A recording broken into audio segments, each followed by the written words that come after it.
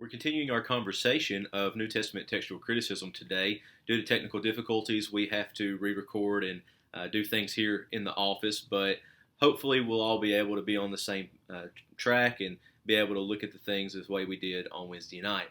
We want to begin, though, by looking at our fun Bible fact. These are things that we've been doing for the past few weeks, and we've been looking at some archaeological evidence, among other things, showing the validity of the Bible.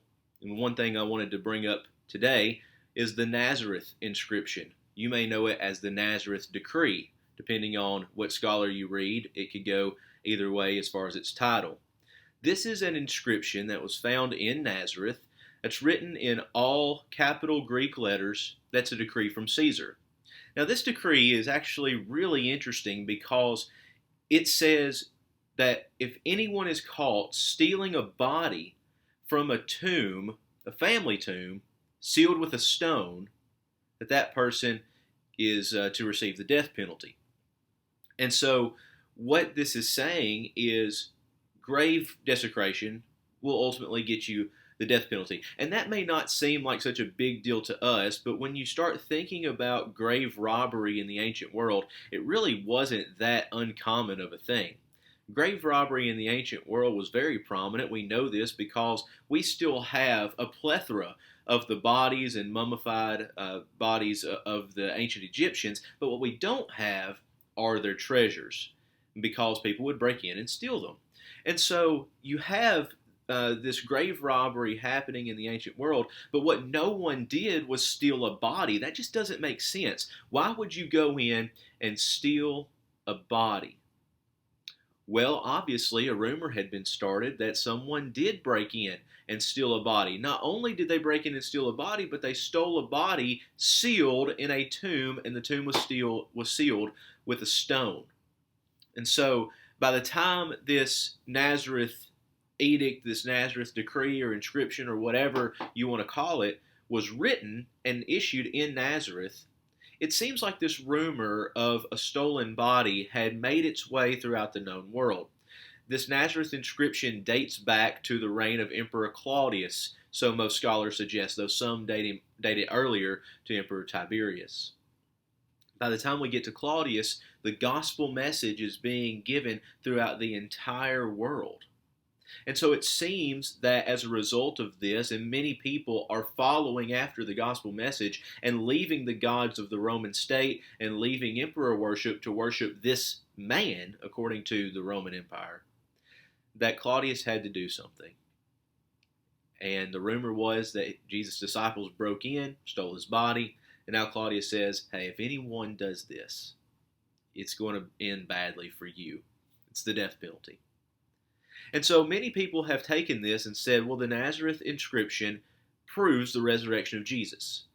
Now, I'm not going to go that far because it really doesn't prove anything as far as the validity of the resurrection. Now, I believe in the resurrection. I certainly do. But what this does, rather than prove the resurrection, proves that there is a missing body from a tomb and that missing body is now causing problems. So that's the Nazareth decree, and I hope you've enjoyed these fun Bible facts as we begin our study. As we look today at textual criticism, namely New Testament textual criticism, we're going to look at several examples, but we're also going to look at how to go through each example, how to actually evaluate those examples in as short of a time and as easy of a time as we possibly can. Every law is a rule, but not every rule is a law. In the case of these rules for textual criticism, each one is a very solid rule for which one can stand. The problem is they are not hard and fast, as in 100% of the time. In other words, maybe 90 to 95% of the time they're really good, but then you also have a few times where they may have to be pushed to the back burner and not be exactly the way that the rule might say, right? So as we get into this, I want to give us 7 rules for textual criticism that will hopefully help us as we evaluate some of these later. Rule number 1, the oldest attested reading is probably the original reading. In other words, the oldest reading that we have, the reading in the oldest manuscript, is traditionally the best. So canon number 2, or rule number 2, the reading that seems to be the most difficult is probably the original. Now, this is likely because scribes, as they're copying, had a tendency to smooth over things. And as we know, scribes took a lot of liberty when they smoothed over things. And so the more difficult reading is probably the original, because it seems like that more difficult reading didn't go through the hands of the scribes over and over and over again. Rule number 3, the reading that is the shortest is probably more closely to the original.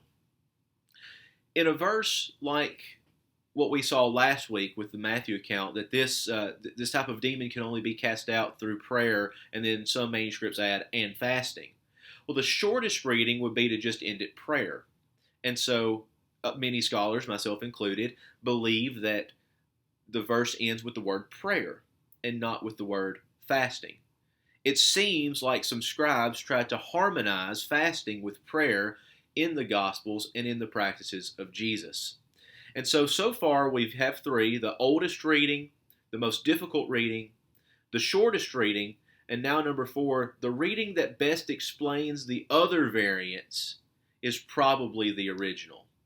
And so if I have a variant and there's 2 words that could be used, is there a way that one of those words could lead to the use of the other? We'll see an example of that here in just a moment with 1 Thessalonians chapter 2 and verse 7, where Paul says in some manuscripts, we became gentle among you, and in other manuscripts it says we became babes among you. The difference is 1 letter in Greek, and it's the letter nu. The word is napioi or apioi. Which one best gives validity to the other one? Well, it would be easier for someone to leave off the nu than to insert the nu, especially if it's being read and dictated to the scribe rather than the scribe actually copying from another manuscript. But we'll talk more about that in just a moment. Rule number 5. The reading that has the widest geographical support is probably the original.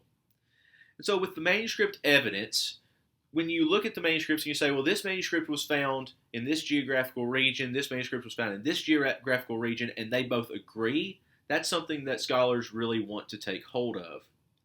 And lastly, we have 2 more. Rule number 6, the reading that seems to conform to the style and diction of the author in the rest of his writings. And so when we look at how the author writes with his style, we take a look at that and we say, does this variant fit the style of the author? Now, this is dangerous because language is fluid, and authors have the ability to pull out words and to use words however they want.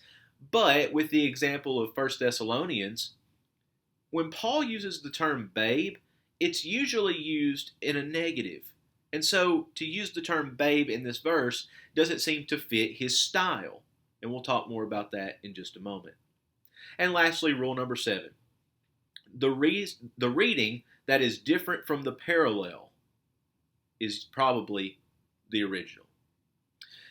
And so if this is really important in the Gospels, if I have a Matthew account that says that Jesus said this particular phrase, and then I have a Mark account that says Jesus said this particular phrase, and then I have a variant in Mark that says, and this other phrase that matches Matthew, it's probably that a Markan scribe tried to harmonize those 2 sayings. And so the addition is probably not original. And so with that, I think now we can look at a couple of examples. The first, as I've mentioned already, is found in 1 Thessalonians chapter 2 and verse 7. And so if you have your Bible, I hope that you will look along with me at that. When we did this Wednesday night, I asked the class, what does your Bible say? I asked them to raise their hands and to show what their Bible said. I think all of their Bibles said, we became gentle among you. We became gentle among you, which is the word apioi. However, my UBS 5th edition Greek New Testament does not have the word apioi in the text. It has the word napioi with a variant footnote. And then we get to go down to the critical apparatus and to look at these particular instances to see which one it possibly could be. The reason I think the UBS editors insert napioi, babes, instead of apioi, gentle, is simply because it fits very prominently two of the rules that we've discussed. The first is it better explains the other variant. As I said earlier, it would be easier or more likely for a scribe to leave off the new, the Greek letter N, if you will, and say apioi rather than insert that, especially if he's hearing or even if he is copying the particular document. In addition to that, it seems like this is the more difficult reading. We became babes among you.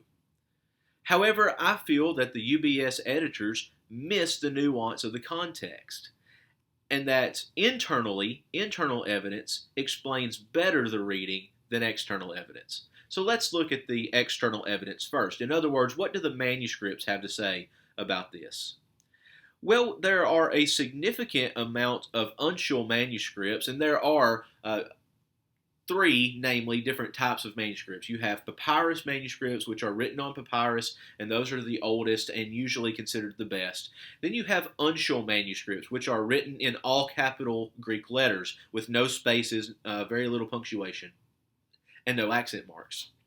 And then much later you get the majuscule manuscript, which is the lowercase cursive with spaces and accents and all of that, which come later. And so you have papyrus, uncial, majuscule, and then you get into the translations and the church fathers a little bit later.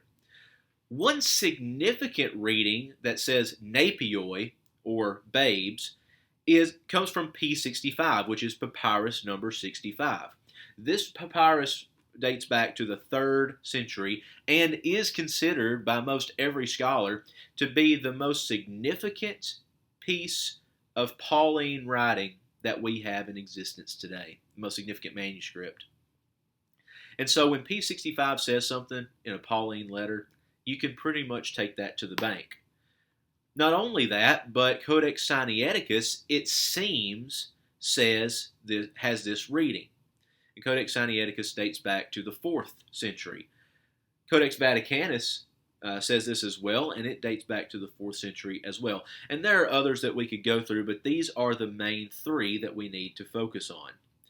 When you come down to the versions, you have it in Old Latin, you have it in the Vulgate, in Coptic, and Ethiopic. It's mentioned in Origen and some other church fathers as well, including Jerome and Pelagius and Augustine. And so the first reading seems to be very well attested. However, when you look at apioi, Codex Alexandrinus mentions apioi. You have a couple of other uncial manuscripts as well that we won't get into, but you have a vast majority of majuscule manuscripts, or minuscule manuscripts, which are lowercase. And so the minuscule manuscripts, there's a plethora of them as well as other church fathers, and while these are going to date later, there are more of them. And so now we come to a challenge. Do we weigh the evidence or do we measure the evidence? Well, the answer is very simple. We always measure the evidence. And so at this point, to measure the external evidence, we are looking very strongly at a reading of napioi, babes. But our Bibles don't translate it as napioi. Most of them translate this term apioi, which is gentle. We became gentle among you. And the reason that these Bibles, that our modern Bibles do this, is likely because of what the next phrase says. As a nursing mother. Now, it doesn't make sense contextually for Paul to say, we became babes among you like a nursing mother. That doesn't make any sense at all. What makes better sense is for Paul to say, we became gentle among you, like a nursing mother.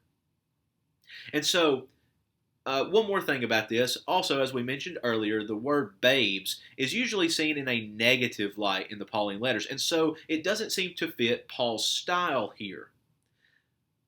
All that being considered, and we've considered a lot to this point, it seems that, from my opinion, the word apioi actually does fit the text better. Now, does it change the meaning of the text if we have either one? No, not necessarily. But if we want to get back to what the text actually says, we have to engage in this kind of discussion. You can disagree, and we can talk about that at some point, I'm sure. One more example before we go comes from Mark chapter 1. Mark chapter 1 and verse 11. This verse actually has a number of different readings, I think 3 that are presented in the critical apparatus of the Greek New Testament, of the UBS Greek New Testament. And it's a very famous verse. Jesus has been baptized by John, and at the end of his baptism, when he comes out of the water, it says, "And a voice came out of the heavens. You are my beloved Son. In you I am well pleased." Now, there's a variant here as to what the phrase is, what the introductory phrase is in verse 11. So let me give you the 3 readings. One is the reading that we have actually in the UBS Greek text. "And a voice came out of the heavens." Well, that seems to be pretty straightforward. The second reading is, let me find it here, and a voice out of the heavens was heard. And so instead of saying came out of the heavens, we're saying it was heard. We're making it passive, and that word comes after the heavens in the text.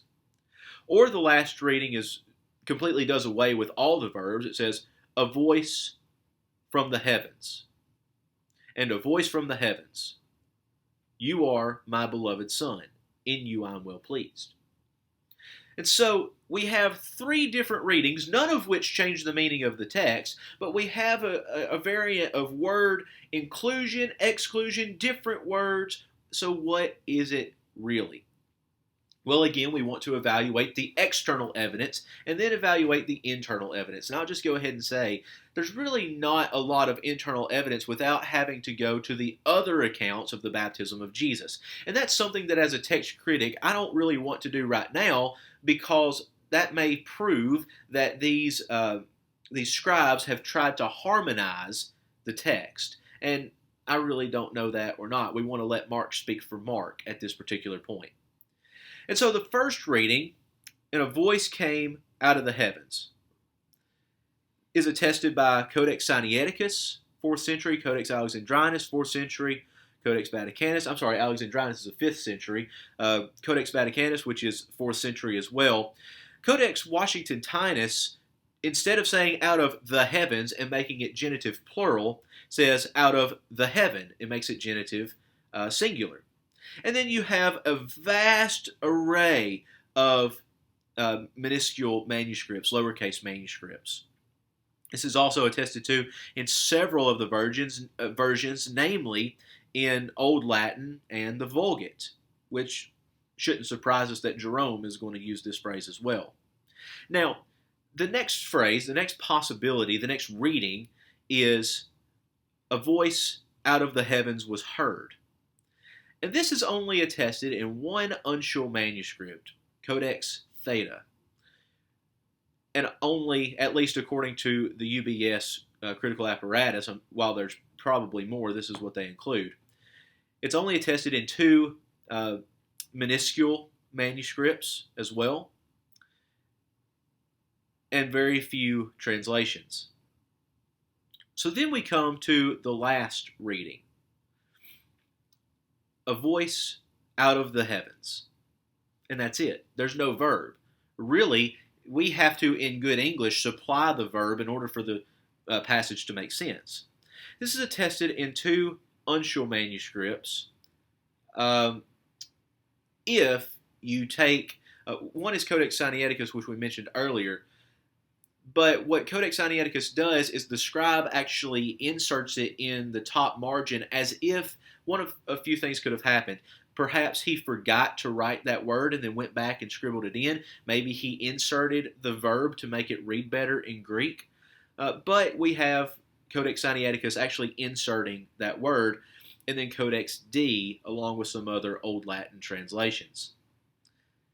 So, at face value, the plethora of our external evidence goes to the first reading. And so, if we were only going to weigh this particular evidence, measure this particular evidence, we would have to give it to the first reading. And that's what the UBS editors do as well, and I think rightfully so, that they insert that into their text and their reading, and it's probably what our Bibles are going to say as well. Looking internally, it just seems to read better actually including the verb. This is an aorist verb, usually meaning completed action, most of the time meaning past tense, and can be translated, it came, and a voice came out of the heavens. It doesn't make sense, it's an active verb. It doesn't make sense to have a passive verb, was heard. It just makes it really difficult. Now, I know that the most difficult reading is usually to be preferred, but in this case, it just makes for better Greek to have an active verb here. And so, from a literary analysis and from the manuscripts, we can pretty well assert that the reading of Mark chapter 1 and verse 11 is, "And a voice came out of the heavens, you are my beloved Son, in you I am well pleased." I hope that you will join us next Wednesday as we look at these manuscripts. We're going to evaluate Codex Sinaiticus and Codex Vaticanus at the very beginning. I have a picture of this verse that we'll put on screen, and Lord willing, I can find a way to actually get that picture on our screen so you can see that as well. If you would like to actually go and look at these manuscripts, I want to encourage you to go to this website, Center for the Study of New Testament Manuscripts. It's a website and a foundation run by Dr. Daniel Wallace at the Dallas Theological Seminary. Dr. Daniel Wallace is, in my opinion and in the opinion of others, the leading New Testament textual critical scholar of at least my day. He has done a lot of work, and his job now is to go around and photograph these ancient manuscripts. He photographs those and uploads them to this website, and you can go and actually look at those manuscripts and their fragments. And Lord willing, that's what we will do next week. I've really enjoyed our time together. I hope you've enjoyed looking at textual criticism, and I hope this gives you a sense of pride and a sense of passion and a sense of confidence and encouragement that what we have now in our hands as the Bible is what they had then.